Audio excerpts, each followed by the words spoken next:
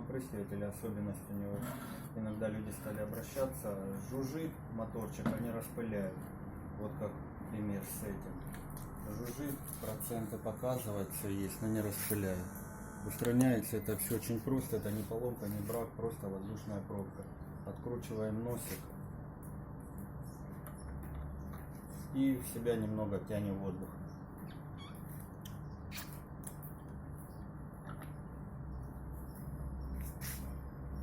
Сейчас попробуем.